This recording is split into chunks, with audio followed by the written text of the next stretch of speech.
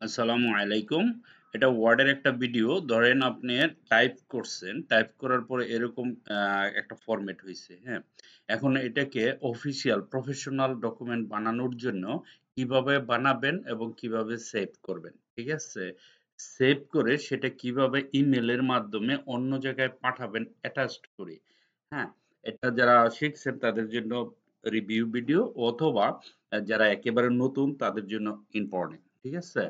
আ just আপনি এটার একটা ব্যাকগ্রাউন্ড দিতে পারেন। পেজ লেআউট, ব্যাকগ্রাউন্ড, হ্যাঁ? চাইলে আপনি এখান থেকে একটা সুন্দর একটা ইফেক্ট, ফিল ইফেক্ট এ যাবেন। যাওয়ার পরে টেক্সচার এ যেতে পারেন। টেক্সচার এ যাওয়ার পরে একটা সুন্দর একটা ব্যাকগ্রাউন্ড দিতে পারেন এরকম। দিলাম। দেওয়ার পরে আমরা কি করতে পারি এটাকে ধরেন হালকা ওয়াটারমার্ক আপনি যদি চান দিতে পারেন। যদি মনে করেন যে বলেন না দিবেন না, না দিলে নাই। ঠিক আছে? সেটা দিতে পারেন। এই যে এখানে গেল ওয়াটারমার্ক দেওয়া যায়। ওকে? তো এখন আমাকে এটাকে কি করতে হবে? পেজ নাম্বার দিতে হবে, ডকুমেন্টের শিরোনাম করতে হবে। ওকে? তো সেটা করার জন্য আমরা কোথায় যাব? ইনসার্ট এ যাব। ইনসার্ট এ যাওয়ার পরে সর্বপ্রথম যাব হেডারে। আমরা হেডারটা নিয়ে নিব। ধরেন আমি ৩ টা পেজের হেডার নিলাম। ঠিক আছে? নেওয়ার পরে এখানে আপনি কোম্পানির নাম দিতে পারেন। GCZ কোম্পানির নাম। এখানে আপনি ডেট দিতে পারেন। এটা ডিলিট করে দেন। ডিলিট করে আমরা ইনসার্ট এ যাওয়ার পরে দেখেন আমরা ডেট এন্ড টাইম পাবো। আমরা এইখানে এরকম একটা ডেট দিয়ে দিতে পারি আজকে। আর এই জায়গাতে ডিলিট করে আমরা পেজ নাম্বারটা এখানে বসিয়ে দিতে পারি। তাই না? পেজ নাম্বার যাবেন কারেন্ট পেজ ইস্যু গিয়ে এখানে দিবেন। দেখেন পেজ নাম্বার হয়ে গেছে। ওকে? তো এই যে জিনিসটা হলো, হ্যাঁ? এটা কিন্তু প্রতি পেজে হয়ে গেছে। পেজ নাম্বার 1 GCZ ইনফোটেক দেখেন প্রত্যেক পেজে হয়ে গেছে। ঠিক আছে? ওকে। আর আপনার যদি এই ব্যাকগ্রাউন্ড ভালো না লাগে, আপনি যদি নরমাল ভাবে ব্যাকগ্রাউন্ড দিতে চান তাহলে এখানে গিয়ে পেজ কালার এরকম একটা ব্যাকগ্রাউন্ড দিতে পারেন বা এরকম দিতে পারেন। যেটা আপনার ভালো লাগে এরকম একটা ব্যাকগ্রাউন্ড আপনি দিতে পারেন। There is no issues. ওকে? দিতে পারেন অথবা হালকা করতে পারেন অথবা না দিতে পারেন বা সাদা কালার দিতে পারেন, হালকা সাদা এরকম দিতে পারেন। Up to you. ঠিক আছে? এখন এতটুকু বানালাম। ডকুমেন্ট বানানোর পরে ধরেন আপনি একটা হেডলাইন দিতে চান এইখানে। ধরেন এটা আপনার অফিসের গাজীপুর সম্পর্কে এখানে লেখা আছে।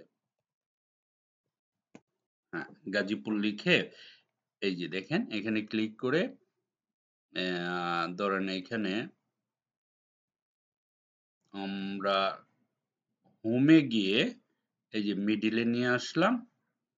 তারপরে এখান থেকে গিয়ে আমরা একটা হেডলাইন দিয়ে দিলাম। তারপর একে কালার সাদা করে দিলাম। ঠিক আছে? তারপর এটাকে একটু বড় করতে পারেন এরকম বড় করেন। ওকে? এখন এই যে ডকুমেন্টটা বানালাম, আপনার এখন ডকুমেন্ট ফরম্যাট করতে গেলে ধরেন এখানে আপনাকে একটা ছবি দিতে হবে। ঠিক আছে? ধরেন এই যে এই জায়গার মধ্যে একটা ছবি দিবেন। তো আপনি এটাকে ইনডেন্ট করে একটু সরাইতে পারেন এই যে এখানে। ঠিক আছে? ধরেন এতটুকু জায়গার ভিতরে আপনার একটা ছবি দিবেন। এই প্যারার ভিতরে আরকি। ঠিক আছে? এই প্যারার ভিতরে এখানে একটা ছবি দিবেন। আ অথবা প্যারাটা কারো সম্পর্কে বানানো আছে না এরকম? অনেক এই যে এরকম আসার পরে আপনি এখানে একটা ছবি দিলেন তার সম্পর্কে বিভিন্ন ধরনের লেখা। ছবিটা আমরা কিভাবে দিব? এখানে যাবো, এখানে যাওয়ার পরে একটা রেক্টেঙ্গেল নিবো। ধরেন এরকম রেক্টেঙ্গেল নিয়ে এখানে আপনি একটা ছবি এই বরাবর একটা ছবি এখানে দিয়ে দিবেন। এখানে গেলেন আপনারা জানেন পিকচার অল এই যে এখানে যাবেন। যাওয়ার পরে এখান থেকে ধরেন এরকম একটা ছবি যদি আমি কারো সম্পর্কে এখানে ছবি দিতে চাই তাহলে এখানে একটা ছবি চলে আসবে। ঠিক আছে? এটা দিতে পারি। তারপরে ধরেন আপনি এখানে কোনো একটা লেখার উপরে পিছনে কোনো ছবি দিতে চান সেটাও আপনি দিতে পারবেন। কিভাবে দিবেন? ইনসার্ট এ গিয়ে আ শেপ এ গেলেন। শেপ এ যাওয়ার পরে এটা ধরেন আমি এখানে একটা জিনিস লিখবো। এই যে এত বড় এরকম একটা আর্টিকেল বা আপনার একটা ব্যাকগ্রাউন্ড এখানে দিলেন, হ্যাঁ? এই ব্যাকগ্রাউন্ডটা আপনি এই ডকুমেন্টের পিছনে দিতে পারবেন। কিভাবে দিবেন? দেখেন এখানে যাওয়ার পরে আমি একটা ছবি দিয়ে দেই তাহলে আরো ভালো হবে। এখানে আসেন। এখানে আসার পরে ধরেন আমি পিকচারস এ গেলাম। পিকচারস এ যাওয়ার পরে এখান থেকে একটা ছবি নিলাম। আ হতে পারে সেই ছবিটা এরকম, এই যে এরকম একটা ছবি নেন। নেওয়ার পরে ইনসার্ট করেন। ইনসার্ট করে এই ছবিটা আমি ব্যাকগ্রাউন্ড দিয়ে দিব। ঠিক আছে? ব্যাকগ্রাউন্ড বলতে লেখার পিছনে দিয়ে দিব। এই যে দেখেন সেন্ড ব্যাকগ্রাউন্ড, সেন্ড বিহাইন্ড দি টেক্সট। এখন ধরেন এই যে লেখাটা এটার পিছনে চলে গেছে। সেটা তো আপনি দিতেই পারবেন। কোন ব্যাপার না। হুম? এখন প্রশ্ন হচ্ছে যে এই লেখাটা আরেকটু আপনি অন্য কালার করে দেখতে পারতেছি না আমরা, হ্যাঁ? কিন্তু ব্যাকগ্রাউন্ড এর সাথে অ্যাডজাস্ট করে যদি দেন তাহলে সেটাও দিতে পারবেন। কিন্তু আপনাকে সেটা সিলেক্ট করতে হবে। কি করবেন?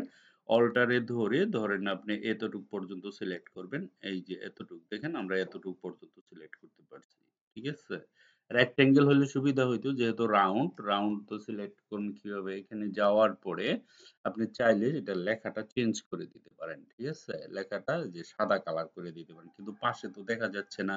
আপনি পিঙ্ক করে দিতে পারেন, রেড করে দিতে পারেন এরকম। ঠিক আছে? লেখাও চেঞ্জ করা যায়। দেখেন আমি এই লেখাটুকু করে ফেলছি। হ্যাঁ? এটা যদি রেক্টেঙ্গেল হইতো তাহলে পুরাটা সুন্দর করে সিলেক্ট করে করা যেত। ওকে। তারপরে এটুক বুঝতে পারছেন। তারপরে এখানে যাবেন ইনসার্ট এ গিয়ে আপনি যাবেন ফুটারে। এই যে ফুটারে গিয়ে আপনি চাইতেছেন যে পেজের নিচে এরকম একটা কিছু অ্যাড্রেস দেওয়ার জন্য এরকম, হ্যাঁ? বা মোবাইল নাম্বার জন্য দিতে চান আরকি। মোবাইল নাম্বার কিভাবে দিবেন? এইখানে আপনি আইকন দিতে পারেন। ধরেন আমি এখানে একটা আইকন দিলাম। যেমন মনে করেন 1 2 3 4 5 6 7 8 9 আপনার মোবাইল নাম্বার। ঠিক আছে? এখন এই মোবাইল নাম্বার তো দিলাম। এটা ডিলিট করে দেন। আমরা যখন মোবাইল নাম্বারটা দিলাম এখানে স্পেস দেন। স্পেস দেওয়ার পরে এটা ১ম এ আসেন। আরেকটা স্পেস দেন। এই যে এখানে যাবেন। এখানে যাওয়ার পরে ইনসার্ট এ যাবেন। সিম্বল এ যাবেন। হ্যাঁ? সিম্বল এ গিয়ে এখান থেকে ধরুন আমি টেলিফোনটা দিলাম। দেখেন এখানে একটা টেলিফোন নাম্বার হয়ে গেছে। তার মানে কি আপনাকে আর কিছু লিখতে হবে না। এখানে টেলিফোন মানে কনট্যাক্ট নাম্বার এটা। ঠিক আছে? আর এখানে পেজ নাম্বার তো হয়ে গেছে। ওকে? দেখেন টেলিফোন নাম্বারটা কিন্তু প্রত্যেক পেজে হয়ে গেছে। দেখছেন? এই যে প্রত্যেক পেজে আপনার টেলিফোন নাম্বারটা হয়ে গেছে ফুটারের। আবার হেডারে তো আছেই, পেজ নাম্বারও আছে। হ্যাঁ? সবকিছু করার পরে এখন যদি আমি ফাইনালি এখানে যাই, যাওয়ার পরে যখন প্রিন্টে যাই, প্রিন্টে যাওয়ার পরে যখন ক্লিক করব, ক্লিক করার পরে দেখেন আমি এই জিনিসটা এখানে দেখতে পারতেছি। পেজ নাম্বার এভরিথিং সব এখানে চলে এসেছে। এই যে এটাও চলে আসছে। ঠিক আছে? ফুটারও চলে আসছে প্রত্যেক পেজে। ঠিক আছে? এখন আপনার কাজ শুধু খালি প্রিন্টে ক্লিক করবেন, আপনার ডকুমেন্ট বেরিয়ে আসবে। ওকে? আ তো কতগুলো? ৪০ টা পেজ আছে এখানে। ৪০ পেজের ডকুমেন্ট এবং পেজ নাম্বার আছে। ঠিক আছে? Totally professional. এইভাবে আপনি যেকোনো কাজ করতে পারবেন। আশা করি কোনো সমস্যা হবে না। যারা একেবারে নতুন স্টুডেন্ট তাদের জন্য ভেরি ইম্পোর্টেন্ট।